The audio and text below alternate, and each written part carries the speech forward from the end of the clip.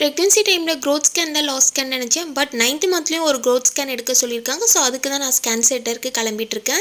Morning கொஞ்சம் சீக்கிரம் எழுந்துட்டு வாட்டர் மட்டும் எம்டி ஸ்டொமக்கில் எடுத்துக்கிட்டேன். இப்போ நான் ரீசெண்டாக பார்த்தீங்கன்னா இந்த ப்ராடக்ட் தான் யூஸ் பண்ணிகிட்ருக்கேன். ஸோ இது எந்த ஒரு ஸ்பான்சர் வீடியோவும் கிடையாதுங்க. இது என்னோடய ஸ்கின்னை நல்லா ப்ரொடெக்ட் பண்ணுது. ப்ரெக்னென்சி டைமில் ஸ்கின்னை பாதுகாக்கிறது ரொம்ப முக்கியம். ஸோ வாஷிங் மிஷினில் துணியை போட்டு துணியெல்லாம் வாஷ் பண்ணிவிட்டு தலைக்கு வந்து நிறைய ஆயில் அப்ளை பண்ணுங்கள். ஏன்னா இந்த ப்ரெக்னென்சி டைமில் ஹேர் வந்து ரொம்ப ட்ரை ஆகிட்டே இருக்குது, முடி அதிகமாக கொட்டுது. மார்னிங் பிரேக்ஃபாஸ்ட்டும் முடிச்சுட்டு ஸ்கேன் சென்டருக்கு கிளம்பிட்டாங்க. இப்போ நான் 9th மந்த் க்ரோத் ஸ்கேன் தான் எடுக்க போகிறேன். 11 o'clock அப்பாயின்மெண்ட் போட்டிருக்கேன். 10 o'clock பார்த்தீங்கன்னா பஸ் ரொம்ப காலியாகவே வந்துச்சு. பஸ்லேயே ஏறிட்டோம். 1 hour கிட்ட வெயிட் பண்ணால் ரொம்ப பசிச்சுது. ஜூஸ்லாம் குடிச்சிட்டு ஸ்கேன் எடுத்தேன். ஸ்கேனில் வந்து பாப்பாவோட டெவலப்மெண்ட்ஸ் எல்லாமே நல்லா இருக்குன்னு சொன்னாங்க. ஸ்கேனில் எடுத்து முடிச்சுட்டு பக்கத்தில் இருக்கக்கூடிய ஹோட்டலில் சாம்பார் சாதம் சாப்பிட்டுட்டு அங்கேருந்து கிளம்பிட்டோம். வீட்டுக்கு வர வழியில் வெங்காயம், பூண்டு, கிர்னி பழம்லாம் வாங்கிட்டு வந்திருந்தேன். ஸோ இந்த வெயில் காலத்தில் கிர்னி பழம் குடிக்கிறது யாருக்கெல்லாம் ரொம்ப பிடிக்கும்னு கமெண்ட் பண்ணுங்கள். Thank you so much. பாய்.